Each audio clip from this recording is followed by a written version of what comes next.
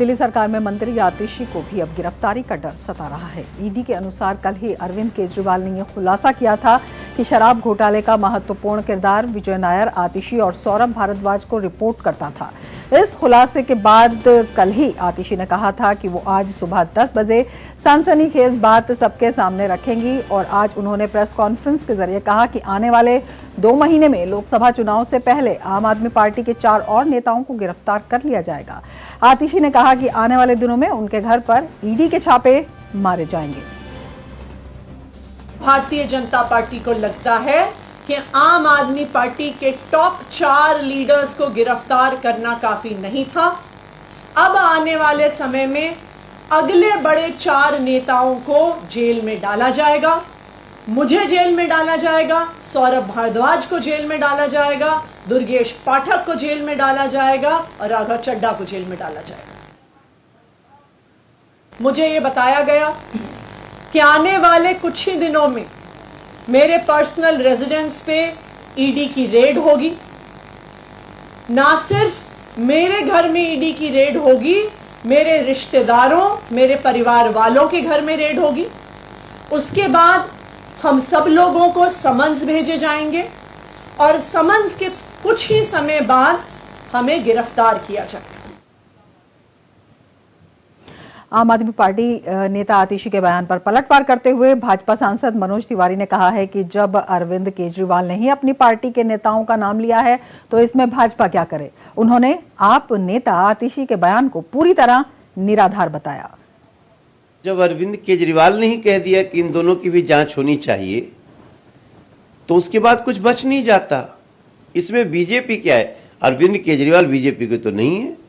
उन्होंने आपका नाम लिया है आतिशी जी, और नाम लेने के पीछे जो मैं समझता हूं, अरविंद चाहते हैं उनकी पत्नी सीएम बने, आप चाहती हैं आप सीएम बने, सौरभ भारद्वाज चाहते हैं सौरभ बने। तो उन्होंने तो कह दिया कि अब हम जा रहे हैं तो तुम लोग भी अंदर आओ, जो बाहर रहेगा वो चलाएगा, क्योंकि जेल से सरकार तो नहीं चल सकती। उधर भाजपा नेता बांसुरी स्वराज ने कहा कि दिल्ली के मुख्यमंत्री अरविंद केजरीवाल ने ईडी के सामने खुद ही आतिशी और सौरभ भारद्वाज के नाम का खुलासा किया है। उन्होंने आतिशी के बयान को पूरी तरह से निराधार बताया। माननीय मंत्री आतिशी जी के बयान से उनकी बौखलाहट और उनकी झुंझलाहट परिलक्षित होती हैं। दरअसल कल माननीय मुख्यमंत्री अरविंद केजरीवाल जी ने जांच का रुख आतिशी जी और माननीय मंत्री सौरभ भारद्वाज जी की तरफ कर दिया है। तो अगर जांच की आंच उनके यहां जाती है या पहुंचती है तो इसके लिए पूरी तरह जिम्मेदार हैं माननीय मुख्यमंत्री अरविंद केजरीवाल जी। आतिशी जी मन घड़ंत आरोप लगा रही हैं। मैं उनको चैलेंज करती हूं कि नाम उजागर करिए। भारतीय जनता पार्टी को माननीय मंत्री आतिशी जी की बिल्कुल जरूरत नहीं है।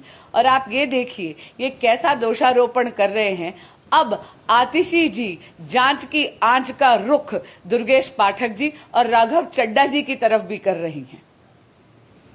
बीजेपी की राष्ट्रीय प्रवक्ता शाजिया इल्मी ने आप नेता और दिल्ली सरकार में मंत्री आतिशी के आरोपों पर करारा पलटवार किया। डीडी न्यूज से बातचीत में शाजिया इल्मी ने कहा कि आतिशी के आरोपों में कोई सच्चाई नहीं है। शाजिया इल्मी मौजूद है, भाजपा की प्रवक्ता है। एक बड़ा आरोप अब लगाया है आतिशी मंडलीला ने। देखिए, इस तरह के आरोप कोई नए नहीं हैं। जिस तरह से आतिशी का और सौरभ का नाम सामने आ रहा है और इस बात को खुद तस्दीक किया है अरविंद केजरीवाल ने और उसके बारे में बाकायदा बयान दर्ज है विजय नायर की तरफ से कि वो रिपोर्ट करते थे, तो खलबली मची हुई है। आतिशी जी अपने को बचाने के लिए और अपनी मान्यता पार्टी में बना के रखने के लिए इस तरह की बातें रख रही हैं। अगर वाकई में उनके इल्जामों में कोई सच्चाई होती तो आप बताइए वो पुलिस के पास क्यों नहीं गई, क्यों उन्होंने एफआईआर लॉन्च नहीं की, क्यों कोई भी सबूत या प्रमाण नहीं दिए, क्यों किसी भी नेता का नाम नहीं लिया। प्रेस कॉन्फ्रेंस की आतिशी ने, उसमें उन्होंने कहा कि उनके जो 4 नेता हैं, आतिशी, सौरभ भारद्वाज, दुर्गेश पाठक और राघव चड्ढा, एक एक करके इनको जेल में भेजने की तैयारी है और ये एक संकेत दिया जा रहा है कि भाजपा में आ जाए, नहीं तो फिर उनको जेल भेज दिया जाए। देखिए, जिसने चोरी की है और जिसकी चोरी पकड़ी गई है वो तो ऐसी बात कह रहा है। जब मनीष सिसोदिया की गिरफ्तारी होनी थी, जब कागजात सारे सामने आ गए थे, तो मनीष सिसोदिया ने क्या कहा, मुझे लगता है मेरे खिलाफ गिरफ्तारी होगी। जब अरविंद केजरीवाल जी 9 समन्स को ठुकरा कर नहीं जा रहे थे, उन्हें डर था ना इसी बात का। आतिशी और सौरभ क्योंकि जानते हैं कि वो फंसने वाले हैं और गाज गिरने वाली है और गाज कहां से गिर रही है? उन्हीं के लोगों से, विजय नायर से और अरविंद केजरीवाल से। और इसीलिए वो अपने को बचाने में लगे हैं और इस तरह के झूठे इल्जाम लगा रहे हैं। आप कह रहे हैं कि पार्टी टूटने वाली है, केजरीवाल के नेतृत्व को क्या आम आदमी पार्टी में चुनौती मिल रही है, ये आप इशारा कर रही हैं? नहीं, क्योंकि केजरीवाल जी गए हैं जेल में और सब जानते हैं अंदर की असलियत क्या है और उन्हें पता नहीं है वो कब निकल कर आएंगे। और जिस तरह की उन्होंने हिंट दे दी है इन दो बड़े नेताओं पर जो बाकायदा सरकार को चला रहे हैं, इसको लेकर बहुत ही आप कहिए अनसर्टेनिटी है, जानते नहीं है, बहुत ही अस्थिरता बनी हुई है कि आगे क्या होगा। तो केजरीवाल ही तो एक लीडर थे जिनको सब मानते थे। अब क्या भगवंत मान को लोग मानेंगे?